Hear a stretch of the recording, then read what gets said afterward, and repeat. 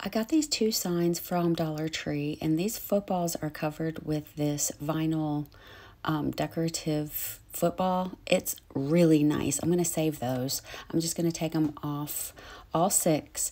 I'm going to start off with 5, and I traced around some fabric to make 5 little pieces. And what I'm going to do is take some Mod Podge, spread it on all 5 of these footballs evenly. And then I dry them completely after I clean up my mess. I dry them completely and then grab my Easy Press to iron these on. So I'm gonna just put the first piece on. It doesn't quite fit, but you're not gonna be able to see that. And I just arrange it on the football and iron it on very carefully. I have this sped up a lot, so I go really slow, making sure all the edges are down. And then I grab my next one. Same thing, I'm gonna iron it really carefully. And then once I get all of them done, I go back and just trim them up as needed. Once done, I just put those aside for a moment, grab this little palette from Dollar Tree and stain it with burnt umber. And then I dry that and take the last football. I'm using burnt sienna, and I'm going to stain that with a wet wipe. Put that aside for a sec and grab this piece of leftover paint stick. This is fawn colored paint, and I'm just staining that. I'm going to go back and give the other football a second coat, and using that same wipe, I'm going to go around the paint stick just to give it a little bit of character.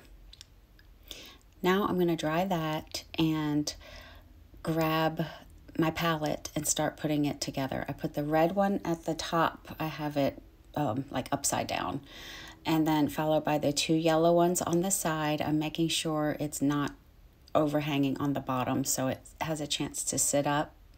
And these are the orange ones overlapped on that, so nothing's like stacked on top of one another unevenly.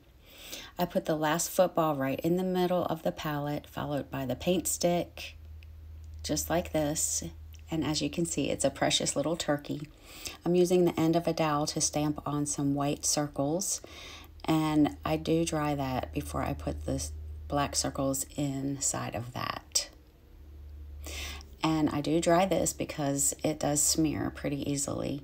And I took an orange paint pen and did the beak.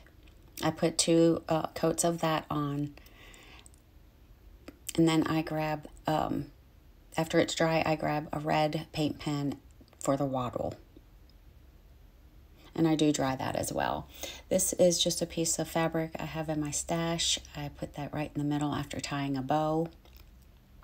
And then I took these small letters I got from Michaels, and after I decided where I was going to put the word gobble, I put the word gobble. And then I'm going to seal this in with my Easy Press to make sure it's not going to come up. This melts the adhesive on those letters.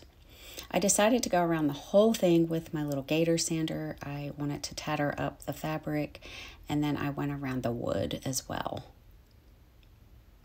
And considering what this started out as, I think it turned out absolutely precious. I love it. I hope you do too.